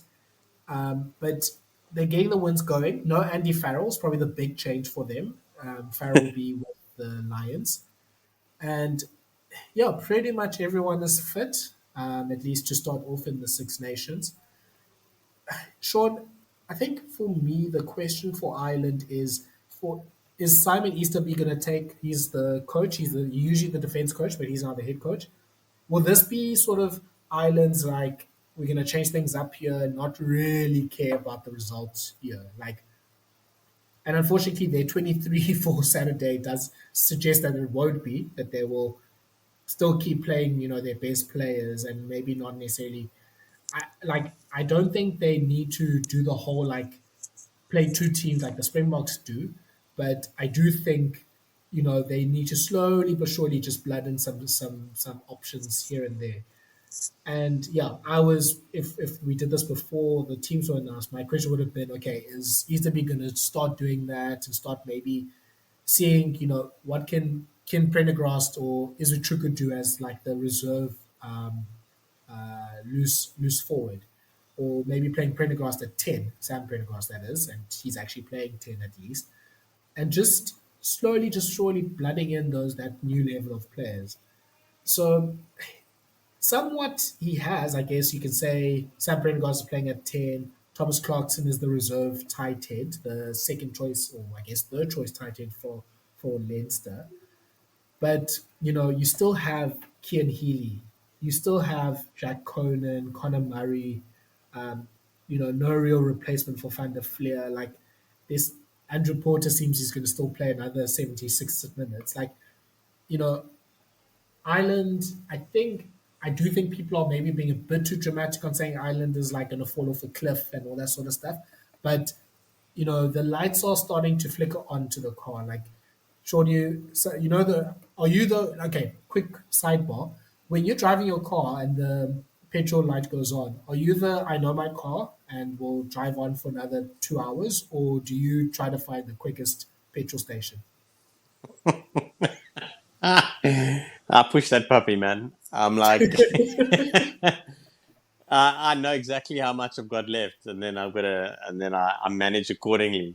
Uh, Yeah, you see, I'm definitely not a. I will go to the petrol station as quick as possible. So I kind of feel like Ireland is at that stage. Not, I think some people think the tank is empty. I still think this team will be good for at least another 2 years, but they should definitely try to just, without people noticing too much, being like, oh, okay, wow, Joe McCarthy has 20 caps, Sam Pendergrass has 20 caps. They've got a replacement for Marnie. They've got a replacement for Healy. They need to do that as sly as possible. yeah, it's going to be interesting. What exactly were you asking me, or were we just chatting about the sides? I'm so sorry. I've hit a No, blank here. no, I'm no, no. literally staring at the side, and I wasn't paying attention. No, okay. Okay, maybe let's start with this. What is your big question for Ireland? Oh, you're talking about the car. Yeah. So my big question for Ireland is, yeah, it's a tough one. I think my big question for Ireland is because they've had some moments like when they lost to the All Blacks, they look a little bit more beatable now. They, as strong as they are, I think everyone is like we can beat them. Like we can get in their heads, we can pressurize them long enough, we could probably do something. So my question is like are Ireland going to just start that machine rolling? Kind of similar to what I said with France, like just dominate everyone. I think Ireland want to be doing that. I don't think Ireland want to, have these players available to them and then sneak wins, like have a little bit of a hiccup somewhere because everyone Ireland is everyone's final. Like that is the Yeah, one thing, especially in Dublin. So are Ireland going to act like champions and then start delivering big time? That's probably the only question. yeah. Look, yeah, I think they have, they've obviously been at or near top of the world for what, 2 to 3 years now. And look, that's the thing with Ireland. Like, it's almost unfair we're still asking some of these questions in a way because they've answered those questions in emphatic ways in pretty much every situation except for obviously that World Cup quarterfinal. But I think for especially for this like cycle, if you want to call it that, like the next thing is now, okay, obviously teams now know exactly how you're going to play. And, sometimes, you don't need to change the way you play. Sometimes it's just about changing the players. But now that everyone has, a, enough film and game plan to be like, okay, I know what you're going to do, and I can counter it this and that way.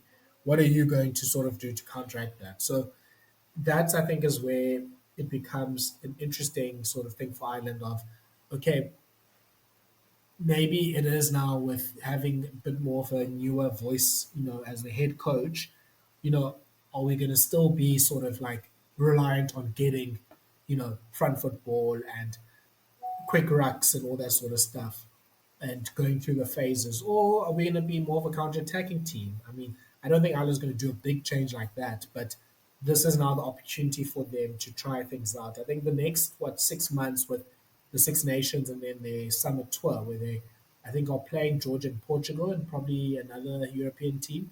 Like, by the end of those 8 games, I think once Farrell comes back in November, they should have a decent idea of, okay, what's going to actually work for us longer term. Like, what can we take in for 26 and 27 to go, okay, this is going to be the way we play. These are the players that are going to continue. Healy, Omani, etc., etc. Chow, thank you so much. And who's going to sort of take us forward? So, yeah, I think the other thing for Ireland is I think we also just running out of things to say about them. Like, nothing really changes about them. They're still playing pretty much the same level and standard from the last 3 years. So I guess also people just get a bit angsty with them because it's not like they're not like a England, where England has these like highs and lows, or even France who have had a bit of that in the last year or so. They're just so damn consistent that it, it almost gets boring. Yeah, I I don't think we're going to see any change. So Easterby's not a new face. Like he Yes. obviously buys into what Farrell is doing, otherwise he wouldn't be there and be holding such a high sort of role in management. The other thing, the players also want to prove to Farrell that they are the best to go on Lions tour, playing the Farrell Yeah. game. So I really feel that we're going to see a lot of the same, like safe Ireland. I don't think they're going to break out now. And you mentioned they'll probably break out like come November, maybe early next year for maybe not the Six Nations, maybe after the Six Nations. But I think it's going to be business as usual for Ireland. Okay. And then let's move to who do you think their star player will be? Um, sure. Without a doubt, I stall and then I say without a doubt. I think their star player is going to be Gary Ringrose.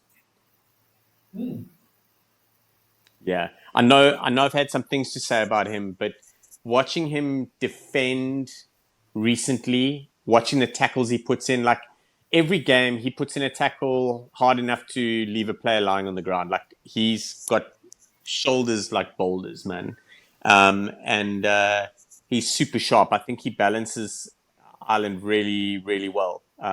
He will be the star player. Yeah, I don't mind that at all. Um,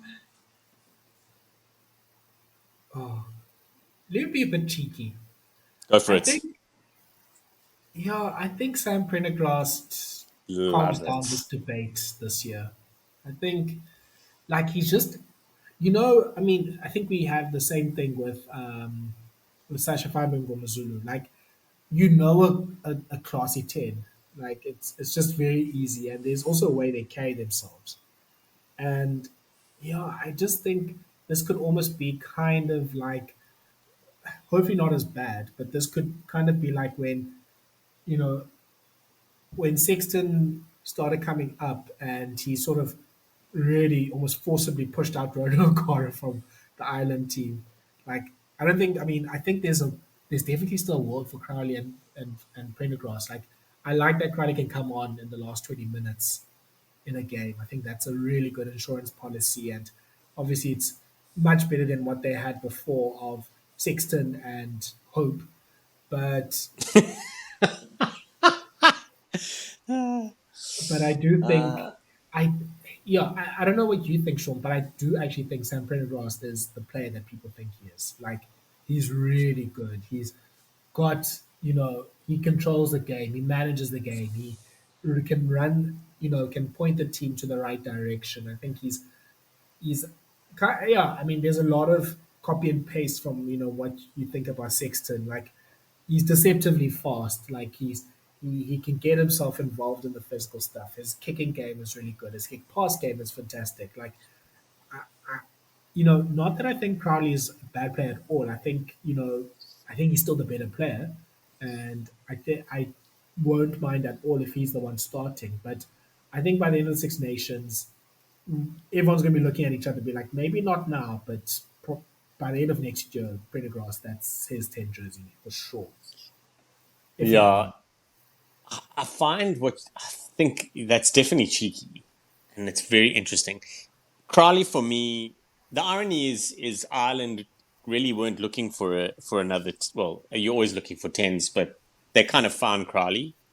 Crowley's the one for me. I find this is one of the most interesting moves starting Prendergast, especially against England. Mm, This could basically be like, how do you hold up? And then just so we know for the future, as you say. But Crowley, for me, is definitely the one. Where Prendergast falls short is I can't remember who it was against. It was for Leinster. It was the last couple of weeks. He was getting absolutely smoked. And mm, it was early in the game, and it did seem to affect him a little bit. But the one thing about him though is he did come back into it, and like that shows how good he is. Because if you're the side like Leinster, it's easy to get back into the mix. Like the guys are going to target you, and you just work around plans on how to avoid it. But Crowley's better in that aspect. It's an interesting one. If I had to pick between the two, I'd pick Crowley right now. I'd pick Crowley, and mm. Prendergast can ride the pine and come on with 20 minutes to go, and you can start him in an emergency. But this is a bold move by both you and Easterby. Yeah, yeah, but I do like the whole like you still have the insurance policies, like kind of like what with Yes. Pollard coming on for the Springboks. You have Marion Crowley coming on in the last 20 minutes. Flip even Henshaw as well. Like if things are really going badly, you can still sort of push that button and go, okay, cool. Crowley, you can come in and restore things. My play to break into the starting team, and I guess I'll link it with the fraud watch thing, is are we still sure about Mac Hansen? Like, Yo. I don't like.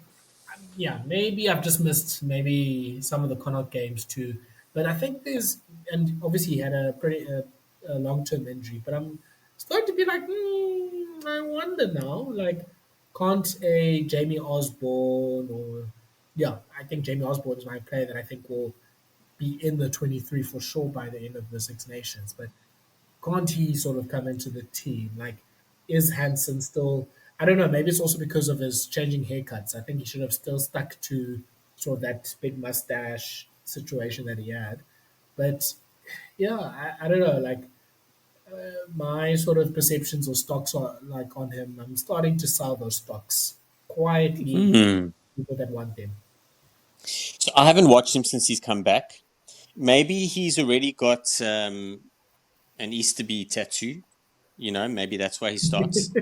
Um, I'll knock them both out the park now, but I'm gonna have to stall on fraud watch.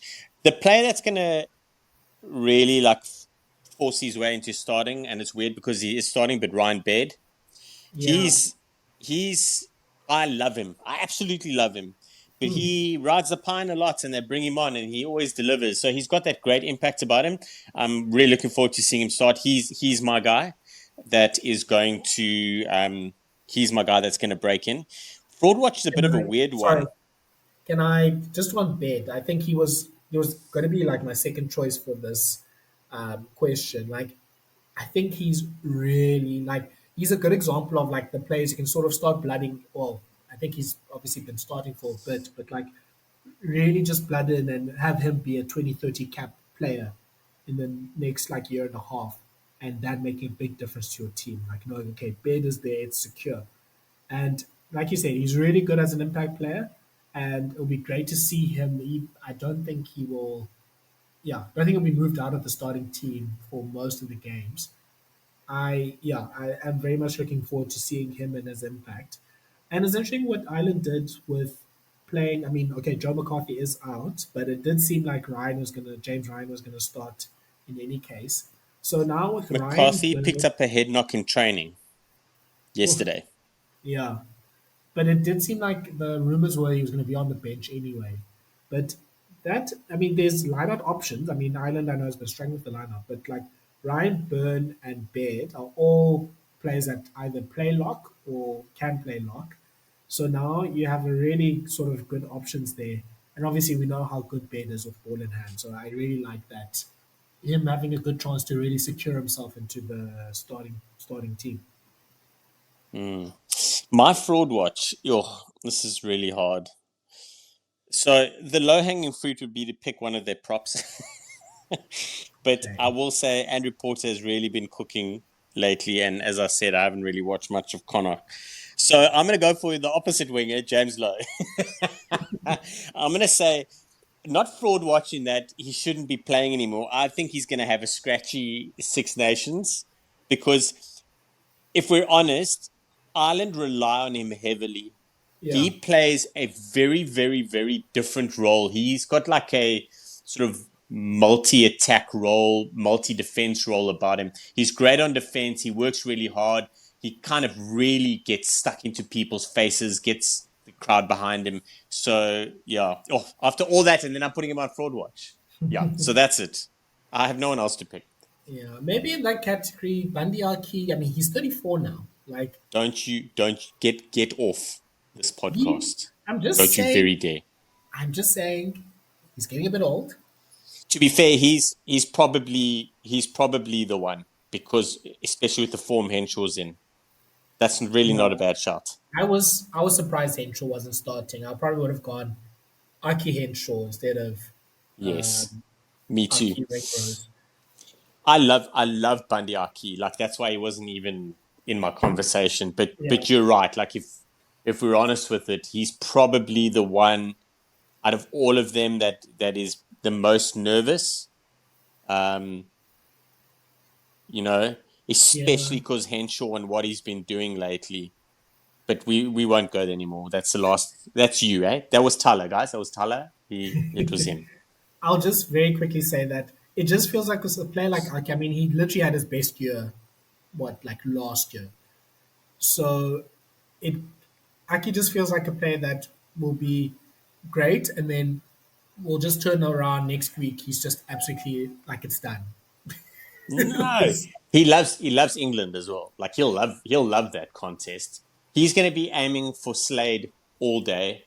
Mm, He's going to be aiming for both of them. All even Marcus Smith, like that Slade Marcus Smith seam. He's just going to be hunting that like a wild animal.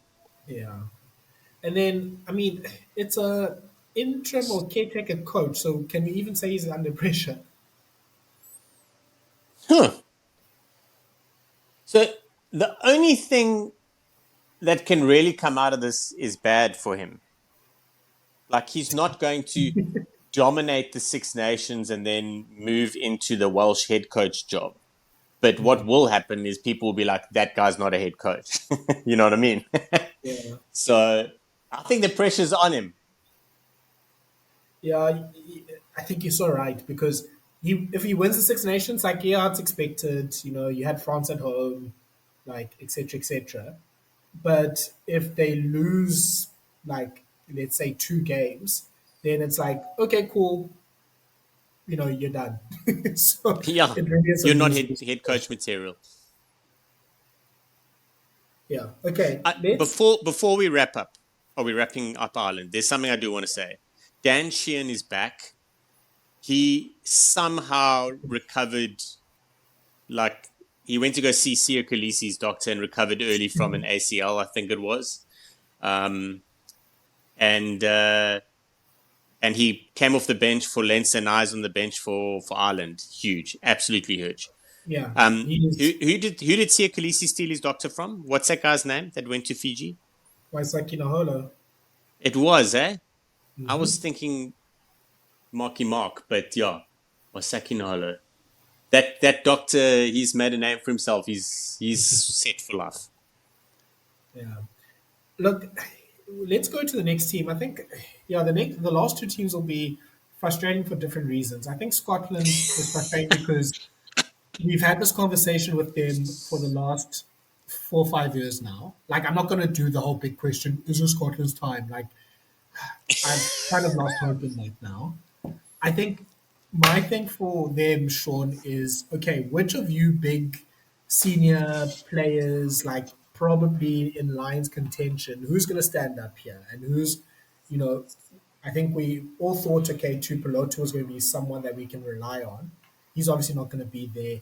You know, it can't be just Finn. It can't be just, a Kinghorn or a Dodge or whatever. Like, everyone needs to sort of stand up and be consistent for a whole Six Nations. So I think the question for Scotland will be answered in July when we see the Lions squad. But basically, with the Scotland squad, which is probably the best Scottish squad we've had in 20 years, there should be like 10 maybe Lions players. If there isn't 10 Lions players, that's almost like a failure, more so than what the results will be in the Six Nations for Scotland. 10. Yo, Okay, that's a said too lot. much.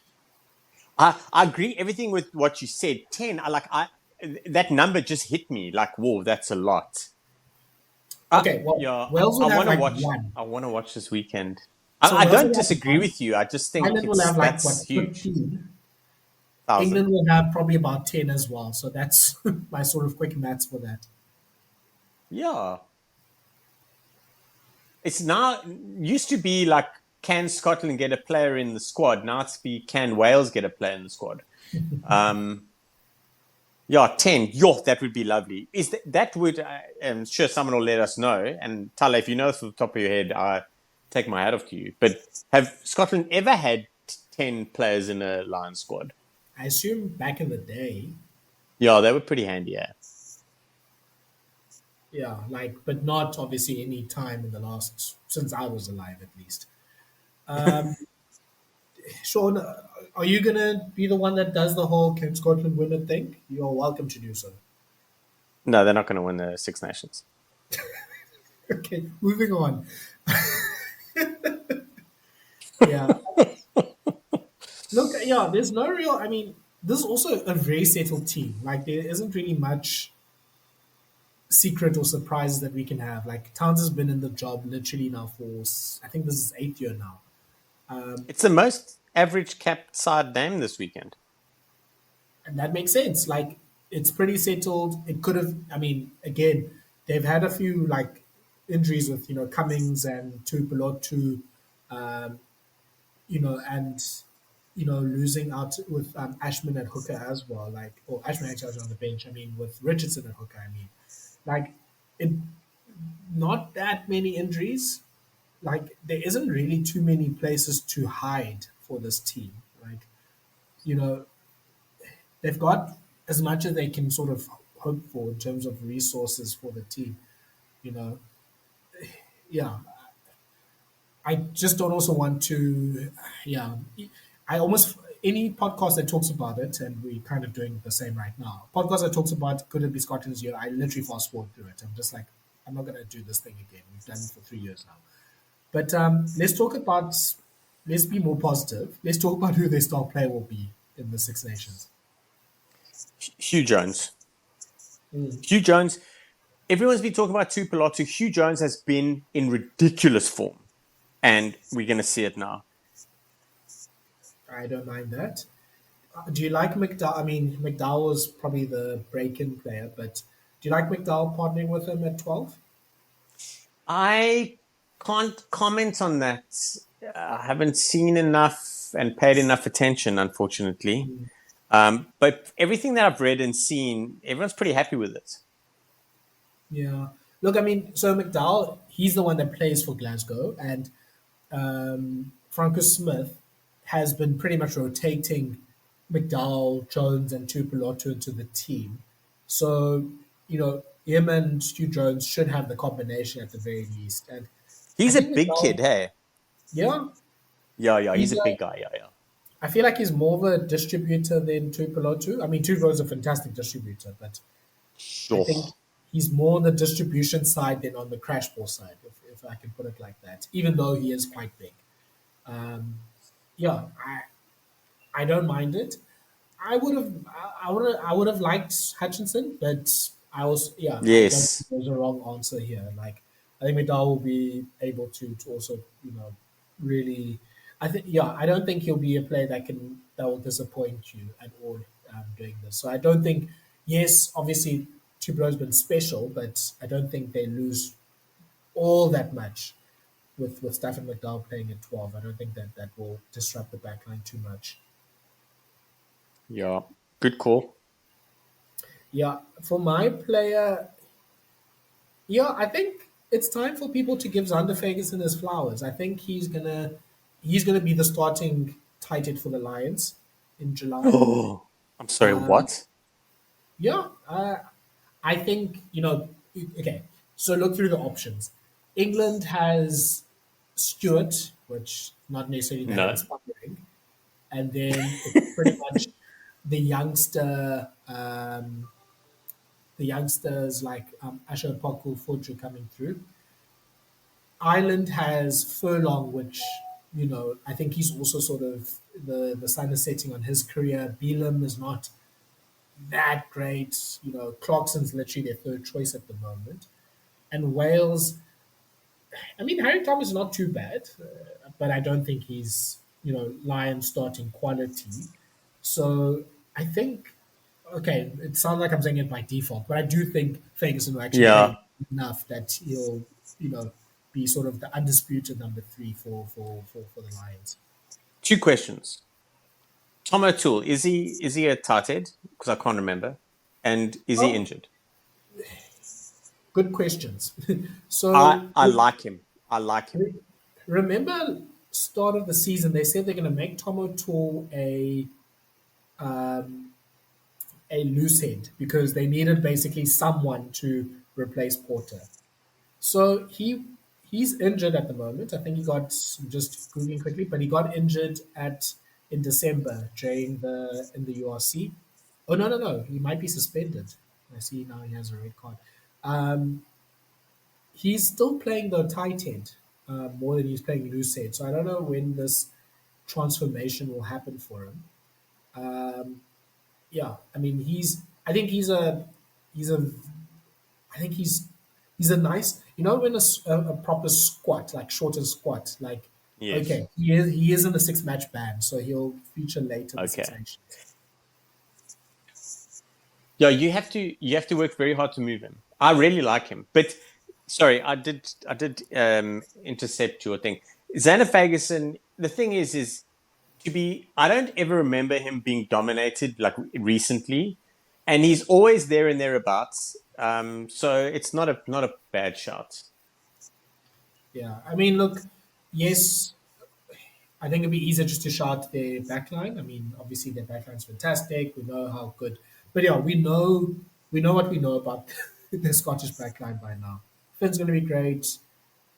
Hugh Jones will be great. Duan will score a scream against England. Darcy Graham will keep up with him in the try scoring stakes.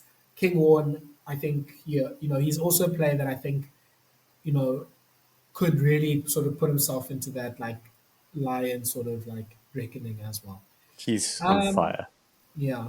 I think Braken, I kind of talked about McDowell already. Is there any other player you want to shout out? Tom Jordan. Tom Jordan. Tom Jordan is going to cause issues I love John. between where are they going to play him at 12? Are they going to bench Russell, like give him a break? Are they going to start Jordan at 15 and force Kinghorn to replace Duan? Like I think Tom Jordan is going to cause a lot of headaches. And the other one, the young up and coming gun, Jack Dempsey. That's my man. He's also going to cause hassles. Yo, I love him, man. Jack Dempsey, they could not have got him back quick enough from injury. But Tom Jordan's my man. I think he's the one you got to watch for. Laughing at you calling Jack Dempsey up and coming at 30, but yeah, Listen, I called him at the age of 29 or 28. I called him to get the Six Nations Young Player of the Year because it was his first tournament. And I still believe he was close. yeah. No, I like that. Look, I think Tom Jordan's actually a fantastic impact player. I think he could actually make a career for himself there. Like just that just his ability to get stuck in, like that. He just, yeah, it feels like he was born a flank and was forced to play in the back line. But yeah, I Yeah, think because he can really help. he's got 1% body fat, so he had to play in the backs. But yeah, I think he can really actually do something in a game that will help Scotland win a game or something like that. Fraud watch, yeah, I mean, I don't even think it's worth really going into it for me for this because I'm just like, you guys, I mean, most of their big players have all somewhat disappointed me at some point in the last few years. But yeah, I I, I won't nominate anyone for this round for Scotland. Look, I'm being nice to you. I'm gonna say Ben White, just because I have Hmm, to say a name, because we can't both cop out of this. Ben White, just purely because of Finn Russell. So Finn Russell, if you see watch him at Bath, he has a very strong, like he has a nine that is really directing things in yeah, Ben Spencer. And as much as it burns me, I think Horn is the better suited nine for that game with Finn Russell. So I'm going to put Ben White on fraud watch, and Ben White will then go to the bench and then also come on and have some screamers because he's playing well. Is that Toulon at the moment, isn't he? hmm, Yeah, yeah. he's handy. I think the pressure one is also difficult because I think it should be like 8 or 9 because Scotland is kind of at the same Six Nations 3 or 4 years in a row. But I think it's probably closer to, in reality, about 4 or 5. Like, as long as they keep the Calcutta Cup, people are happy. Maybe if they lose this year to England, people will be like, wait, wait, wait. What's actually happened here? Hmm. Um, I think it's low. I think it's maybe a 3 or a 4. I really don't think he's under that much pressure unless they like just absolutely like just shit the bed. Hmm. But Scotland, like uh, they have to finish third or second. I mean, obviously they want to win it, but we're not going to have that conversation. You can rewind 5 minutes if you want to hear why. But second, if they finish second, that would be incredible, incredible. So they're probably gunning for third in the Calcutta Cup. Okay, we're not going to have the Scotland can win the Six Nations. Can they beat Ireland at home? I mean, they haven't done it in almost 10 years now. Sure. I'm going to say no, not this year. I nearly said You yes. thought I you were going to nearly say said yes. yes for a second. Yeah, yeah, I know. That's my vibe. Like I've got to keep you guessing, just because of what I said about Ireland and what I said, what they're going to do and how their season's going to go, and the players they've got. Okay. I'm going to say no. It'll go Fair enough. close, but I think Ireland win, and then everyone will be talking about next year Okay. or 2 years Let's go. time. Let's go to Wales. Yeah, wooden spooners And last thank you year. for listening to the Rugby Bits podcast. I was generally about to be like, look, yeah, there's so much. I mean, yeah, yeah. I'm just gonna sigh basically for the next 5 minutes about Wales. Poor them. Okay, let's start with Gatland. Let's start with the pressure on the coach. Like, obviously, I think if Wales had like, you know, wells of cash, probably Gatland is out because I think they'd just be like, okay, we did mistakenly sign you to 2027. Here's your money.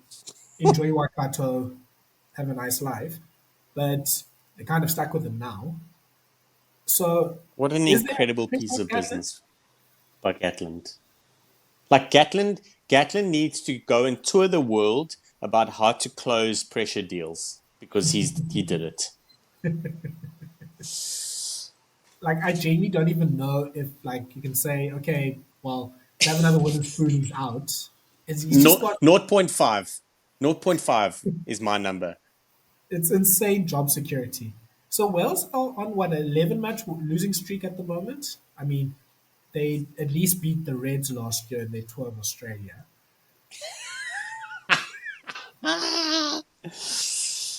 Looking at their Ah, team, I'm not sure what Gatlin's trying to do. It kind of feels like last year it felt like, and after the Six Nations in 2023, it felt like, hey, Gatlin was saying, we're not going to win the 2023 World Cup, we're going to commit to like these youngsters and build for 2027. I was like, okay, fair.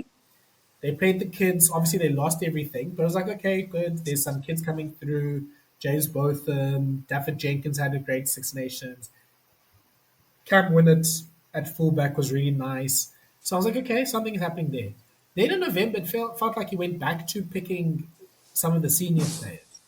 Like, the likes of, Tompkins had a bit more of a feature. Now, even in this Six Nations, Liam Williams is back, Josh Adams is back, Talupa Faletau Anscombe is back. dropped. Yeah, so that I was literally going to make Faletau this was point. available. So I was going to make this point now, Sean.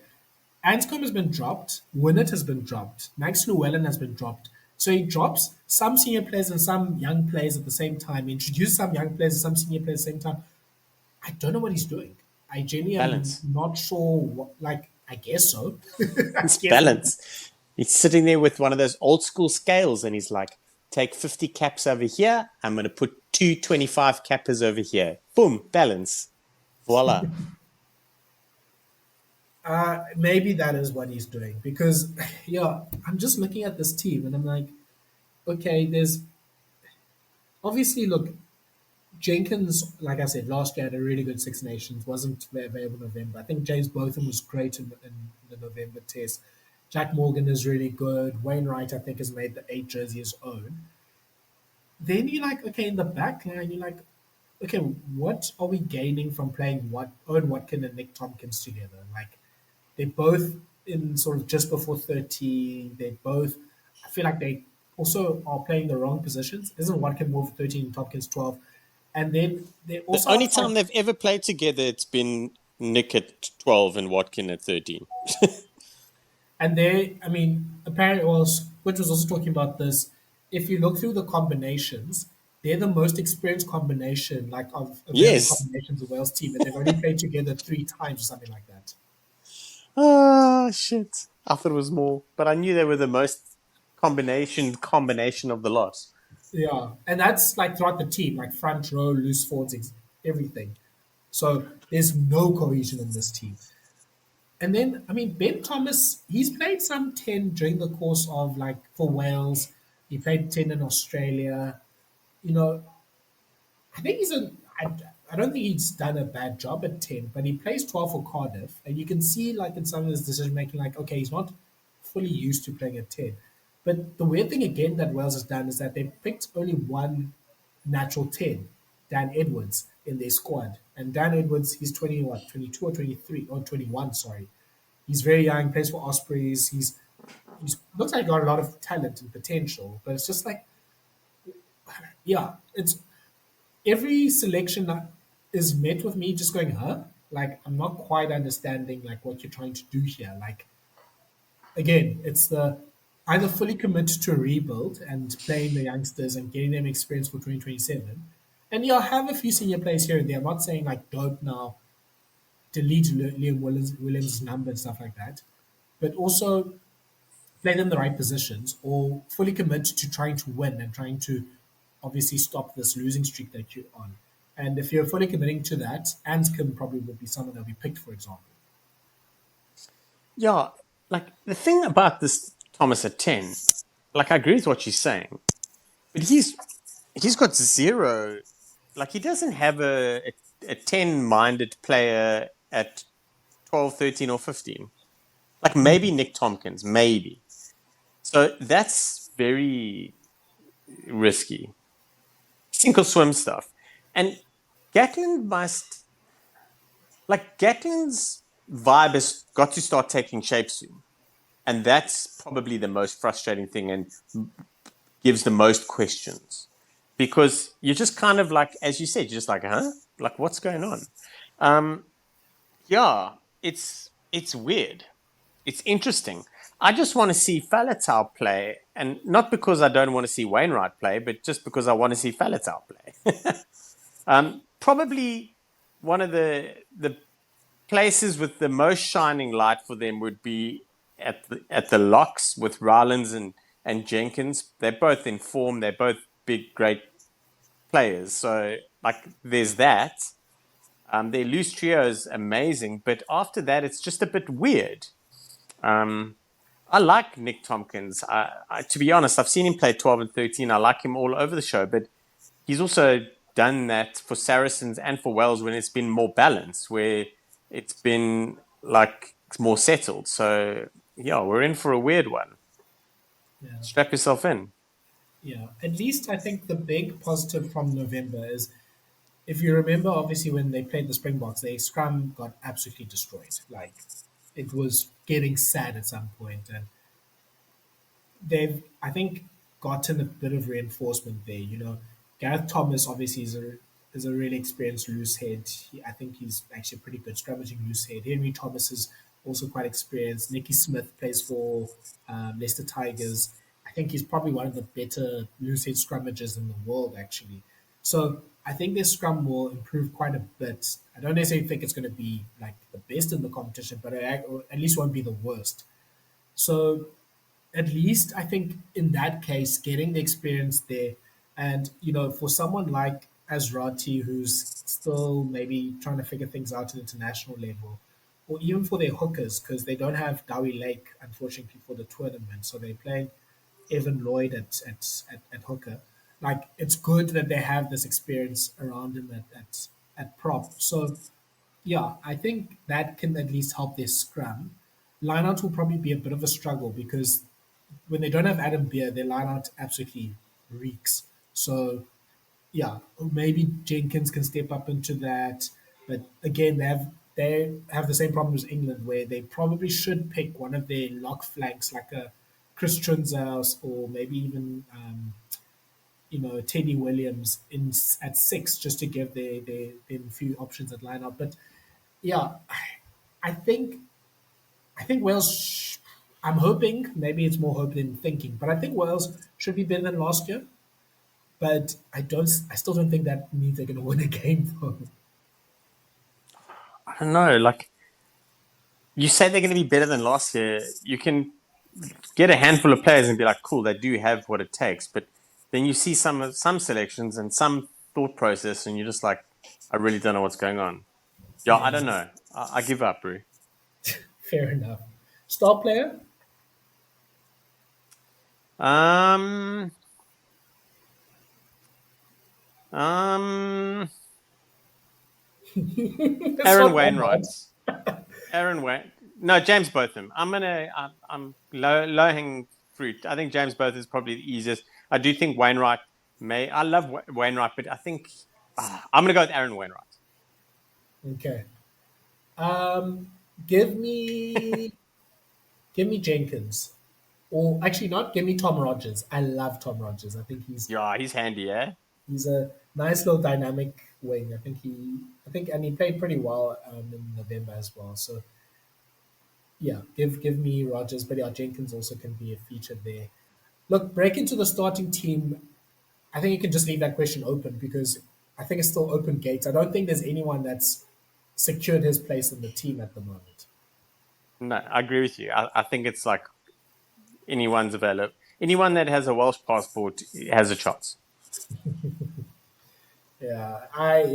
I can't even. Maybe Jenkins and Morgan are the only ones, but genuinely, I think this is anyone's game. We've done pressure on the coach. Yeah, I feel like it's cruel to do forward watch, so we can even skip that. Done. Shame. Okay, Sean, I know it's your least favorite part, but let's do some predictions. Tell me who do you think's Mate, going to win the Six Nations? I have no problem doing predictions when the Springboks are not involved. Fair enough. No Do you want to problems. do 1 to 6?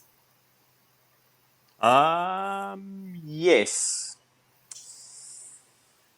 Um, Ireland, France, England, Scotland,